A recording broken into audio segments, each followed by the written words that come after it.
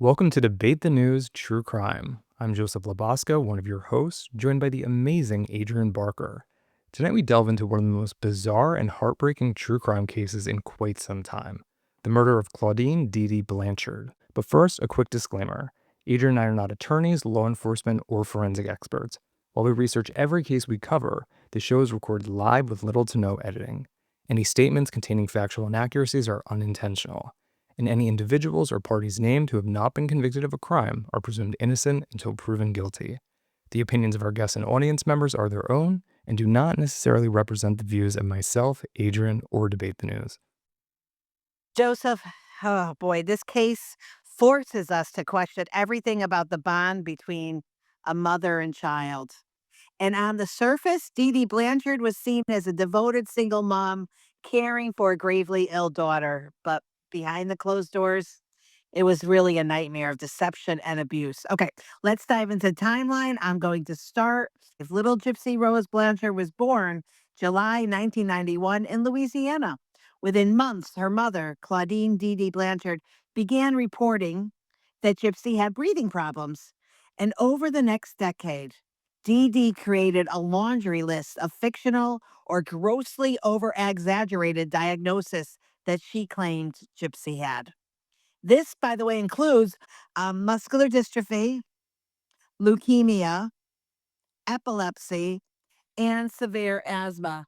She insisted that Gypsy needed a wheelchair, a feeding tube, and nightly oxygen. And if a physician questioned her, she would simply move Gypsy's care elsewhere. Dee Dee shaved Gypsy's head, withheld schooling after second grade, and attempted to control every aspect of her daughter's life, including the dispensing of a huge list of medications. Multiple invasive but medically needless procedures followed: eye muscle surgery, salivary gland removal, the feeding tube placement, each justified by Dee Dee's evolving story of lies. Then, something happened. Hurricane Katrina hit. Dee Dee told relief workers they had lost everything: their home, their belongings, and Gypsy's medical files and birth certificate. They were flown to Missouri, where Dee Dee reinvented herself as a saintly single mother seemingly caring for a terminally ill teen. In 2008, Habitat for Humanity built them a small pink home in the north side of Springfield, complete with a wheelchair ramp and a hot tub. Local news cameras aired housewarming footage, churches delivered meals to them, and national charities paid for Disney vacations, concert backstage passes, and free medical flights.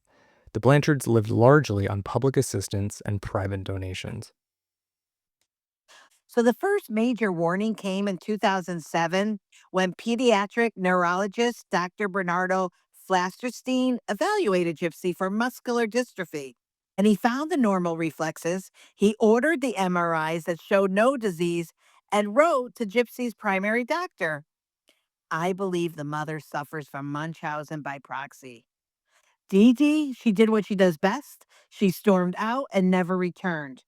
The second physician's 2009 hotline call likewise claimed Gypsy was far healthier than Dee Dee alleged.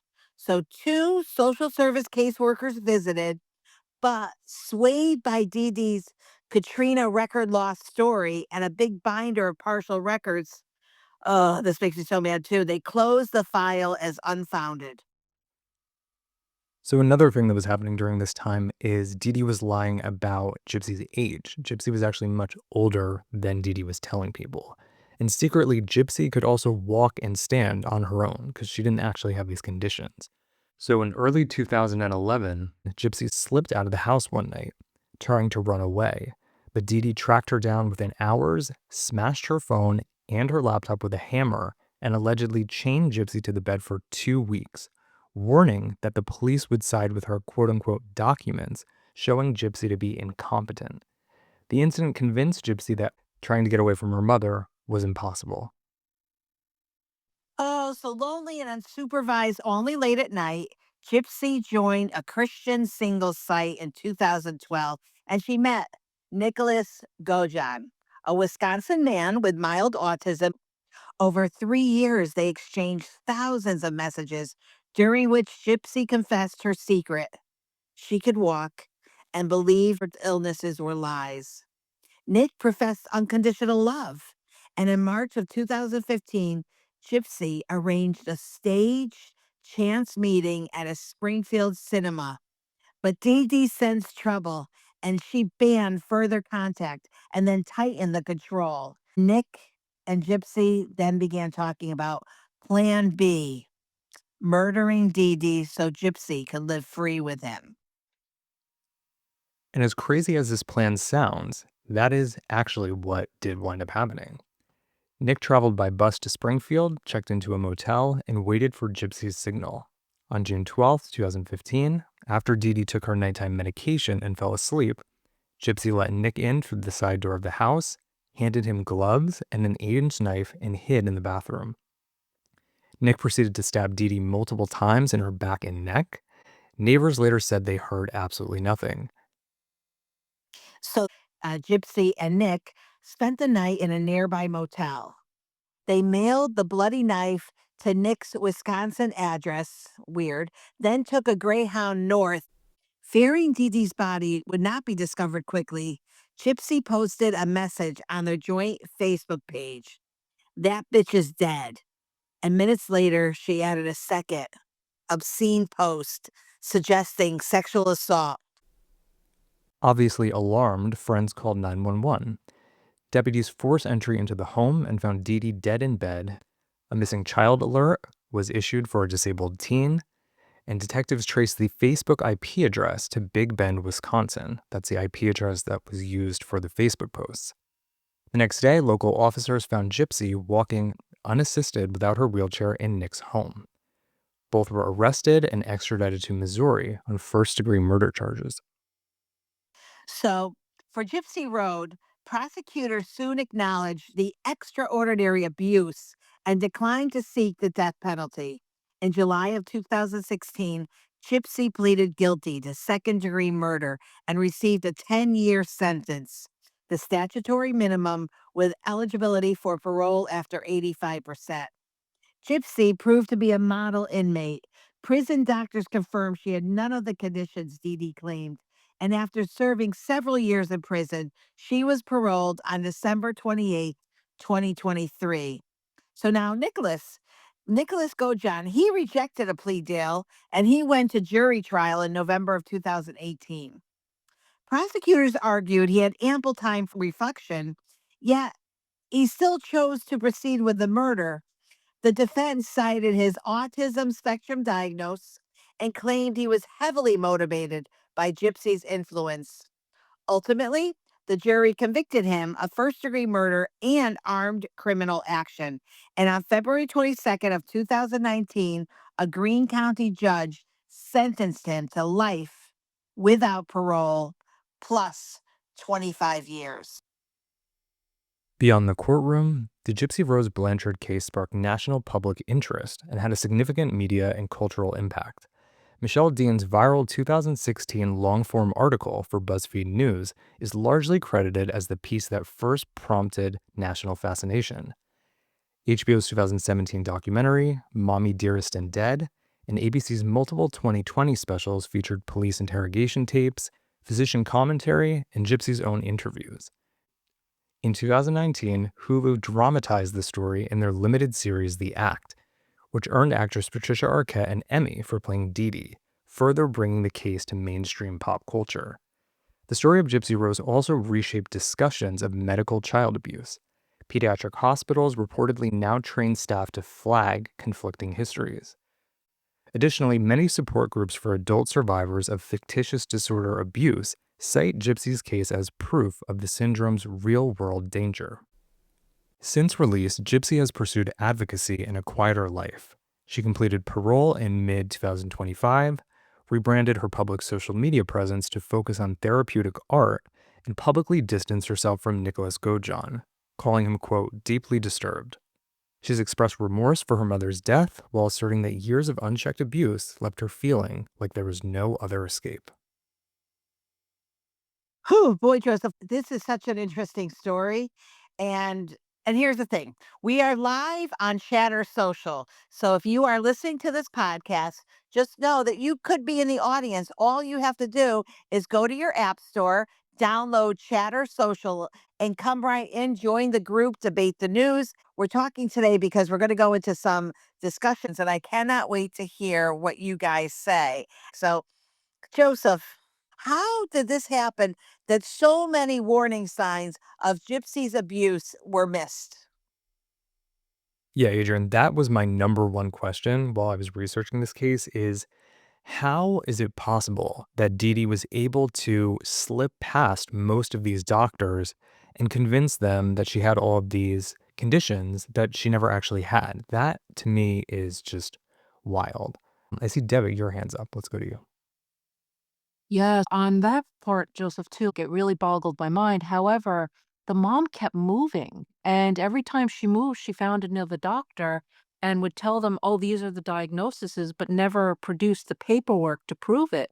And I don't know where the states got involved or didn't get involved, but I think that having the electronic system in place now could help alleviate a lot of that because it's all there in a computer and you can't say, "Well, I don't have the paperwork anymore," because it's all electronically filed by the doctors. So I think that that was where the big mistake went. Good point, Debbie. Really great point. Mary Kim, Um, I'm beside myself in regards to I know just from having a child and also going to different doctors as a kid, they always ask for the records from the last doctor or hospital. So I put a lot of blame onto the doctors themselves because I'm not sure if it's in every state, but I'm pretty sure they have the same type of standards. But also, I could see how the mom would go in and just say, "All this stuff is happening," and create a whole saga, sad story, and all these things like really dramatic, right? And then how can you not believe this mom made it? She's crying and all this stuff, and they see the dog. Like I can totally see that happen because I've seen human beings manipulate situations to the nth degree for their own rewards. Munchausen by proxy, who knows a little bit more about that that could share? Yeah, Adrian, Munchausen by proxy is what it was previously called. It's now been renamed factitious disorder imposed on another. So it is classified as a mental health issue. So while it is also obviously a form of abuse, psychologists and medical professionals believe that the person suffering from the condition is sick as well. So to an extent, they're not fully able to behave normally because of this condition. So to me, it's very complicated because someone who's committing this type of abuse needs to be held accountable because at the end of the day, you are, as an adult, in control of your own actions. And no matter what medical diagnosis or psychological condition you have, as long as you are a competent grown adult, you obviously know that lying about the medical conditions of someone under your care is wrong. It's yeah, and I'm so thank you for the new terminology because I didn't even know that. And it's now a mental health disorder, and it's quite scary. It's so hard to understand. I don't know if we mentioned it, but Dee Dee was a former nurse, so she had some knowledge of how the medical industry operates. And that's something that we see often in individuals who have been diagnosed with this factitious disorder imposed on others. A lot of the times they're actually smart and they understand how doctors interpret results. They understand how hospitals and medical groups look at things. So in this situation, that knowledge it allowed her to stay one step ahead of deceiving all of these doctors because she already knew the policies and the structures of those types of institutions. Interesting. You're right. I forgot about that too, Joseph, that a lot of parents that have this disorder or have a medical background of some kind. Wow. And it feels like she was able to get away with because things weren't set in place. We just weren't ready for someone like her to do some kind of crazy, awful crime that she did. So, gosh, just awful. Anyone else have any thoughts regarding Gypsy Rose and her abuse? Go ahead, Mariana. Oh, thank you guys. I'm gonna come in a different perspective. I truly feel for her and everything that she went through and that her mom put her through. But I'm also torn by the fact that she chose to murder her mom. If she could walk and have no illness, why she didn't choose to get out of the house, escape somehow, and tell her story to the authorities and put her mother in person. That's my position. I'm totally taking a different position that you guys were expected, but I feel for the kid that is in person sentenced to life. When they both planned this murder, when I look at her life right now, I'm like, she only talks about her, but she forgot that she also planned this and that someone is paying for their crime for the rest of his life. So that's my position at the moment on that. I'm torn on this one. I wish her the best, but that's how I feel about her right now. Okay, I can understand. I mean, I don't really understand it, but we won't kick you out of the room. Just kidding, Mariana. Mary Kim. Yes. So I can see your point, Mariana, but when you were born into a space, this is my opinion, when you're born into a space that's abusive and manipulative all your life and you continue to be held down, abused, right? Even if you know, I'm sure that if she spoke up.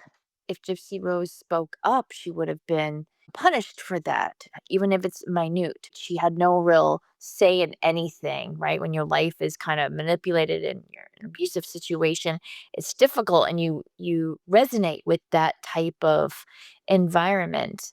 Mary Kim, good points. Mariana, good points. I actually think this woman could have been like an amazing marketer. She could have been an amazing fundraiser.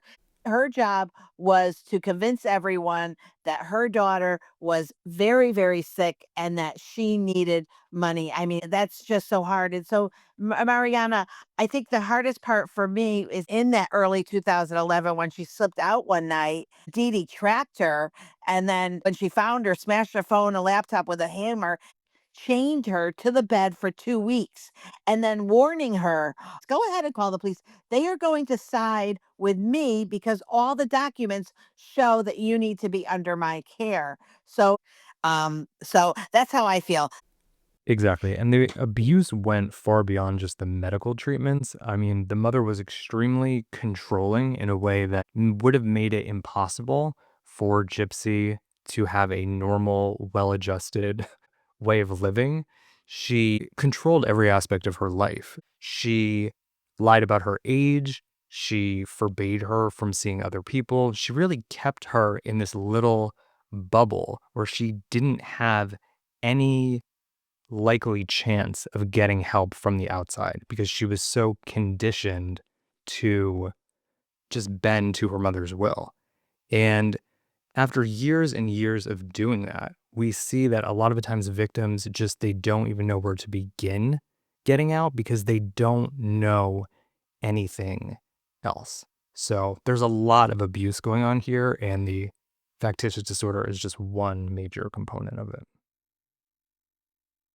Debbie, take it away. Well, here's the thing too, think about all the moving that she did, but also the fact that she basically kept Gypsy from her dad.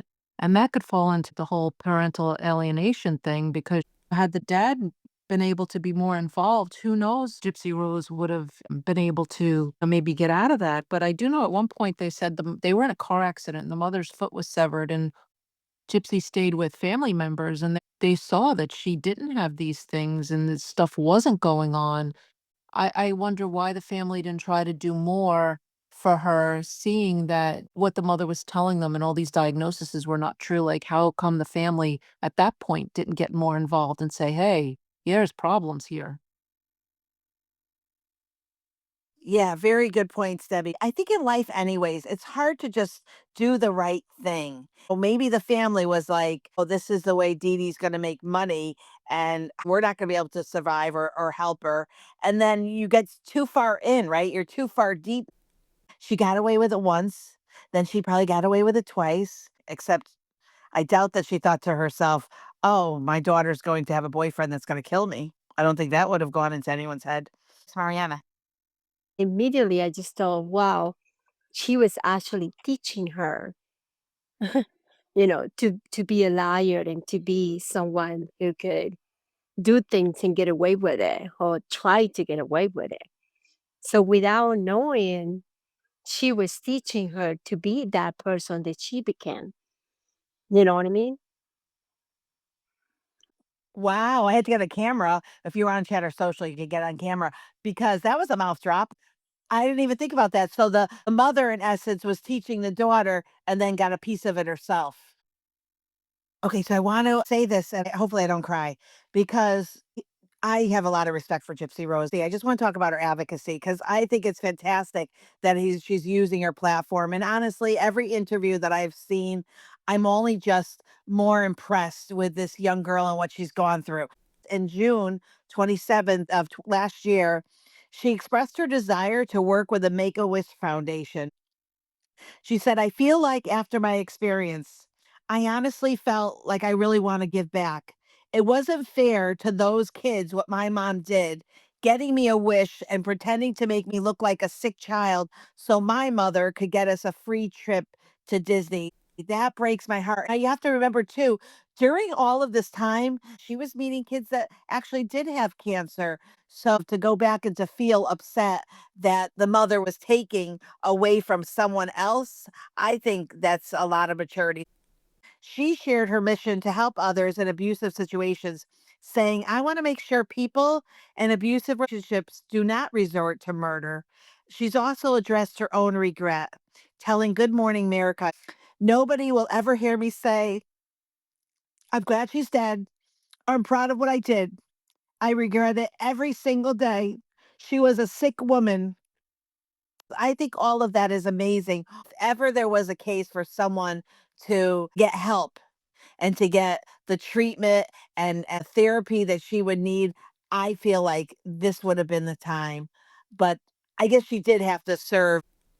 That is a big point of contention on this case. A lot of people feel very strongly that she should have not served 1 day in jail, that she was acting in self defense, and that she possibly would be dead by now had someone not intervened and stopped the abuse that was going on.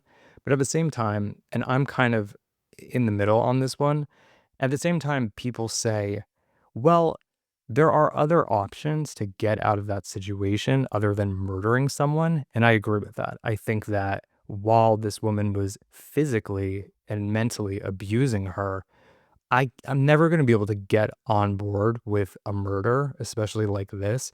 So for me, I'm wondering what other strategies or things could she have done? What other options could they have chosen to try to get out of this situation? I do agree with you because I believe that if she was able to move, to walk, to get into a hotel, planning to kill her mom, she could have planned her escape if she had the help of this kid, maybe with his family, maybe recording herself walking and letting the world know. I mean, somebody would have protected her. Someone would have protected her when she had the opportunity to leave. What I like about Gypsy Rose is that she would not disagree with you. She would absolutely 100% agree with you. But I want to give you a little taste of the correctional center operated by the Missouri Department of Corrections, opened in 2008. The prison offers expanded rehabilitation services, substance abuse treatment, academic education, reentry programs. She chose to do culinary and maintenance roles. She said that prison life was very structured and she found that very grounding after the years of the chaos. So, anyways, just wanted to share that time. So yeah, I do think she should have done some jail time because at the end of the day, she was guilty of, conspiring for this murder. As far as the boyfriend, I think his time is deserved because at the end of the day, we all have choices to make, and we can make those choices based on what we think is right and wrong. And to be so vicious and mean and do that to somebody, I'm sorry, he made that choice. He deserves the jail time that he got. And I do think that she absolutely should have done jail time because at the end of the day, she did conspire to kill her mother, regardless of the abuse. I mean, we see this all the time in cases where there's abuse going on and the people basically get away with it. And, it's just a case of she did her time now, and hopefully, she's reformed, and now that she has a child and everything, hopefully that jail time did her good, and all that structure and everything that she went through brought her to the reality of what she grew up knowing and living is not the way that real life is, and that her mother was mentally ill at the end of the day. So, I'm just hoping that she has a bright future. But morally, can't Gypsy's act be seen as a form of self preservation after years of captivity and abuse? Debbie, where should society draw the line between self defense and premeditated murder? I mean, I'm torn on this one because to me, it kind of leans towards the premeditated because she planned this out. So that falls under the premeditated and not really the self-preservation, in my opinion. However, she did suffer those years of abuse. Yeah, I'm just really torn on that one. I'm going to say that Gypsy Rose, if you're listening out there, I'm a friend, definitely. I would not be making a negative comment because I feel that this could be taken as self defense, even though you pleaded guilty, which I think was also a smart move. Okay, Joseph, you take it away. I'll just say really quick. Self-defense would have been if she committed the murder herself. Oh, Debbie, good point. Good point. Okay, there, I just flipped. Sorry, Gypsy Rose. Debbie just came out with a good one. That is a good point, Debbie. So I think that the self-defense arguments that we're making, I think that that was likely reflected in the sentence. I think that the court and the justice system understood very clearly that she was a victim of horrific abuse. And had that abuse not stopped, there were serious, serious risks to Gypsy Rose's life. At the same time, conspiring to murder someone in a premeditated way is it's something that the justice system in America is rarely going to be able to just overlook. So I think that the sentence reflected the circumstances, and I think it was the right move because it seems like in this case, that sentence and whatever help she got when she was behind bars worked. It was effective, and she seems now a well adjusted adult who's able to move forward with her life and not be a risk to herself or other people. And just to wrap that up, if the justice system didn't recognize that there was abuse going on, she would not be out of jail. You're not just getting 10 years. You're going to jail for a lot longer. Amazing points, Joseph. You're 100% right. She did get what she needed. And I think she speaks about that beautifully. So she completed parole June 24th of this year, 2025. She reflected on Instagram, I've taken accountability and now I take back my life. This is freedom. And I'm moving forward with clarity, peace, and self forgiveness. Joseph, I guess it's time to wrap it up on this truly haunting deep dive into the Blanchard case. From a twisted childhood of abuse to the violent end of a mother daughter relationship. And it exposes how systems can fail, how appearances can deceive an entire community, and how a victim of abuse can be pushed to a point of no return. And it's a stark reminder that reality can be stranger and more heartbreaking than fiction. Mariana, thank you so much. Debbie, thank you so much. And Mary Kim, really appreciate the three of you just speaking up and taking an interest. Thank you, Lauren and Ann. Thank you, Kate. We love you. All right, Joseph. Thank you all for joining us tonight for this episode of Debate the News True Crime. We appreciate you listening and supporting us, and we'll be back next time with another case to unravel. So until then, stay safe and take care of yourself and each other. Good night.